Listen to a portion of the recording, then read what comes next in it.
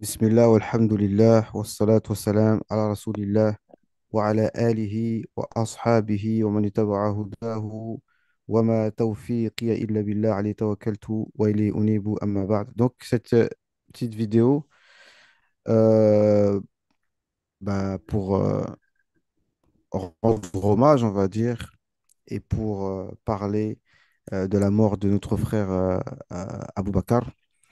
Et comme vous voyez dans le titre de la vidéo, Allah Azza wa Jal rit à la vue de deux types de personnes.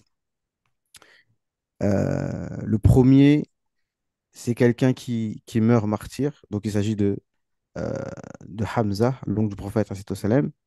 Et le deuxième, c'est celui qui a tué Hamza, qui l'a tué, naam, et qui s'appelle Wahshi, qui était un Éthiopien, et qui après s'est converti à l'islam, et lui-même est mort martyr sur la voie d'Allah subhanahu wa ta'ala. Donc, Allah Azza wa Jal, il rit à la vue de ces deux personnes. Quand on dit Allah Azza wa Jal, il rit, ça veut dire il est satisfait de ces deux personnes. Donc, ce que je voulais dire, en fait, par rapport à tout ça, ce qui me vient à l'esprit, franchement, j'avais même envie d'écrire vraiment un texte en bonne et due forme, tellement le sujet est quand même, est quand même marquant. J'avais pas envie de parler des paroles comme ça, un peu désordonnées. J'avais envie de vraiment mettre des mots très précis sur les pensées, sur mes pensées, etc. De toute façon, Allah subhanahu wa ta'ala nous a gratifié, nous les êtres humains, euh, contrairement aux autres animaux, c'est que nous avons la capacité d'écrire. Et l'écriture, c'est quelque chose de vraiment extraordinaire. C'est le prophète alayhi salam, il a même dit Inna min al-bayan ila sihra. Yani l'expression, c'est une forme de sorcellerie, d'accord? Mais une sorcellerie blanche, on va dire. Donc, j'avais commencé à écrire quelques mots, mais en gros, je vais vous le dire comme ça. C'était pour parler de la notion du martyr. C'est la première chose dont je voudrais vous parler. C'est-à-dire que nous sommes tous envieux de cette mort-là. Quelle belle mort il a eue. Et ça, effectivement, c'est Allah Azza wa Jal qui choisit. Comme Allah est dit dans le Coran, وَتِلْكَ الْأَيَّامُ نُدَوِّلُهَا بَيْنَ النَّاسِ وَلِيَعْلَمَ اللَّهُ الَّذِينَ جَاهَدُوا مِنْكُمْ وَيَتَّخِذَ مِنْكُمْ شُهَدَاءَ وَاللَّهُ لَا يُحِبُّ الظَّالِمِينَ. Allah nous dit dans la sourate numéro 3, voici comment nous faisons alterner les jours parmi vous, et pour savoir qui sont les personnes qui font l'effort, fils sabilillah, le djihad, et qu'ils choisissent parmi vous des martyrs. Naam. Et ensuite, Allah nous dit وَلِيُمَحِّصَ اللَّهُ الَّذِينَ آمَنُوا وَيَمْحَقَ الْكَافِرِينَ. Afin de purifier les croyants et de concasser et de terrasser les mécréants. Euh, et donc, c'est juste une méditation sur la notion de martyr pour que on, j'ai envie de dire que on sorte de cette peur. C'est ces messages en fait que j'aimerais bien envoyer, que ce soit aux islamophobes. Bon, c'est pas non plus tous les jours qu'on se fait massacrer comme ça, mais ceux qui penseraient qui seraient heureux, qui seraient contents, qui se réjouissent en fait, hein, secrètement que le frère soit fait massacrer. Mais dites-vous que nous-mêmes, on est encore plus contents, en fait. Et Aboubacar, là où il est encore plus heureux d'avoir eu cette mort-là que vous-même, que cette personne même qui l'a tué sauvagement. Et je voulais dire aussi que si on veut pousser la méditation, c'est que vraiment, c'est comme le verset le dit, c'est Allah qui choisit les martyrs. Et que cette personne qui l'a tué n'est qu'une cause. Et les causes, euh, en réalité, ce n'est pas elles qui sont responsables des choses dans une certaine mesure, comme le verset le dit. D'accord? C'est Allah qui choisit les martyrs. Et d'ailleurs, et j'avais envie de dire aussi par rapport à tout ça, que c'est quand même, moi je trouve ça quand même encourageant et je pense que c'est quelque chose finalement de positif dans le sens où je vois quand même des réactions qui, qui font plaisir et qui sont encourageantes dans le sens où quand on subit des épreuves comme ça, parce que c'est quelque chose qui nous a tous touchés, eh bien, en fait, les gens, ça ouvre les yeux des gens. Je suis sûr que beaucoup de personnes yani, se sont plus plongées dans la sincérité et ont pris des bonnes résolutions juste à cause de à cause de cet événement. Et comme on dit, c'est dans les épreuves, c'est dans les épreuves des fois que les bonnes choses ressortent. Or, nous, on veut être proche d'Allah Azzawajal, on veut sortir le meilleur de nous-mêmes, mais on demande à Allah Azzawajal qui nous préserve des épreuves, c'est-à-dire que on veut avoir des hauts degrés auprès d'Allah Azzawajal en ayant le moins d'épreuves difficiles possible. Mais bon, comme on dit, si on veut le paradis, il faut accepter de mourir. Hein, vous vous souvenez, la parole, je ne sais pas si c'était les gens du... Excusez-moi la référence, mais une ancienne chanson du ministère Hammer. Ils veulent le paradis, mais ne veulent pas mourir. D'accord? Donc, si on veut le paradis, faut bien mourir.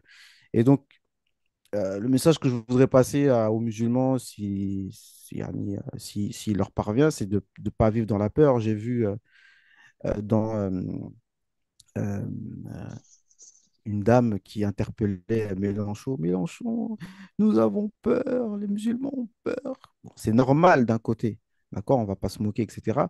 Mais ça aurait été bien que on montre une image euh, qui est la nôtre, c'est que nous, non, on n'a pas peur, on n'a pas peur de mourir, surtout comme ça, d'accord?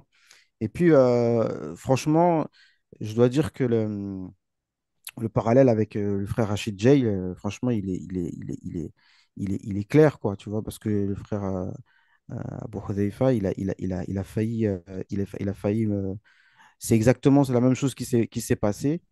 Et ça aussi, je pense qu'on est obligé de reconnaître que c'est quand même un signe, surtout quand il nous fait le récit de ce qui s'est passé.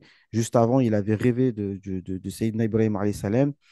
Euh, et, euh, et quand il s'est réveillé, il a répété la parole de Sayyidina Ibrahim alayhi salam, Hasbi Allah wa ni'mal wakil. Et on a vu l'acte héroïque de son collaborateur, le frère Ousmane, qui s'est mis devant, subhanallah. Et Allah Azzawajal les a préservés. Bon, moi, j'ai envie de dire que, franchement, tout ça, c'est un bon signe. Il y a quand même des gens pieux en France. Il y a des gens qui aiment Allah subhanahu wa ta'ala. Et les mosquées, ce sont les meilleurs endroits du monde. Et les mosquées de France, d'ailleurs. Parce qu'il y a beaucoup de gens qui sont très discrets, qui sont connus que dans leur petite communauté, dans leur ville, etc. Mais moi, en ayant été imam voilà, dans des mosquées, donc, et à travers le khourouj que j'ai fait énormément de mosquées de France et de Navarre, du sud au nord, etc. Et on trouve vraiment des gens extraordinaires dans les mosquées de France. Des gens extraordinaires, faut le dire, tu vois. Même s'il y a des gens qui nous exaspèrent, où il y a plein de choses à dire, on se plaint souvent, mais il faut savoir aussi reconnaître que, voilà, il y a des belles choses qui se passent. Après, voilà, c'est tout ce que moi je voulais dire. Après, bien évidemment, yani la récupération des politiques et des uns et des autres, méfiez-vous. Euh, vous savez, moi j'ai toujours yani la même chose vers laquelle je vous oriente au niveau des analyses politiques. Moi, je vous le dis directement, je ne suis pas un expert, je ne suis pas Youssouf Hindi, je ne suis pas Alain Soral pour vous donner des analyses qui vont être de leur calibre. Mais moi, je vous dis, attendez leurs analyses, attendez qu'ils prennent le temps de synthétiser tout ça et qui nous disent pas quoi penser, mais bon, voilà, chacun son travail, en fait, tu vois. Eux, ils analysent les événements avec perspicacité. Tout est envisageable, hein. Je sais que ça fait... ce qu'on appelle les thèses complotistes vont sûrement ressentir. On a bien vu la photo, d'accord, de la personne. et ensuite on nous montre une autre photo qui n'a rien à voir. On nous dit que la personne s'est rendue dans un autre pays, d'accord, qui est l'Italie, il s'est rendu là-bas, bon, on n'a plus de nouvelles, d'accord. Il y a déjà eu des cas comme ça où bah, dès que ça change de pays, ça change de juridiction, bah, il y a un flou comme ça, et puis voilà, on n'en parle plus. On sait que, comme pour Samuel Paty, on sait qu'on peut téléguider des personnes comme ça, soit avec des drogues ou soit avec des, euh, pour, euh, pour l'envoyer faire quelque chose et que ce soit médiatisé. Bon, c'était obligé que ça se médiatise, mais je vous dis ça, c'est une chose, c'est que s'il ne voulait pas que ce soit médiatisé, peut-être que ça ne l'aurait pas été. En tout cas, voilà. Tout est envisageable. Et c'est toujours les mêmes choses qui se répètent. Toujours des événements qui vont nous occuper l'esprit et qui vont être récupérés, etc. Quoi qu'il en soit, soyons clairvoyants, soyons clairvoyants et soyons sincères avec Allah subhanahu wa ta'ala. Ne cherchons pas yani je parle pour les prédicateurs ou pour les gens qui parlent public, de surfer sur les vagues, etc. Bon, moi, je fais ma vidéo aussi, hein, comme je disais aux frères.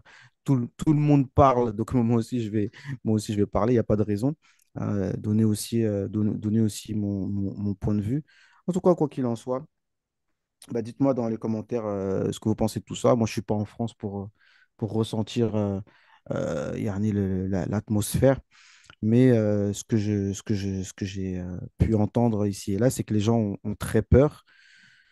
C'est normal, hein. C'est normal, bien évidemment. On n'a pas envie aussi de se faire poignarder, surtout si c'est pour qu'on nous loupe et qu'on se retrouve handicapé. Quand je préfère encore mourir et être dans les jardins du paradis que être handicapé ou en état végétatif toute ma vie à cause d'un bon à rien qui va m'agresser pour rien. Mais quoi qu'il en soit, qu'Allah subhanahu wa ta'ala nous facilite.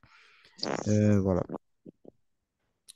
Et ben, je vous dis, Inch'Allah, à une prochaine fois. On va reprendre nos cours, Inch'Allah, comme d'habitude, bi'idhnillah azza wa jal, pour justement se préparer toujours yani, spirituellement pour les épreuves de cette vie et les épreuves de l'autre vie. Donc, on va apprendre à connaître Allah subhanahu wa ta'ala à travers le tafsir du Coran, la connaissance du prophète, alayhi salam, la connaissance des paroles du prophète, alayhi salam, la connaissance d'Allah subhanahu wa ta'ala.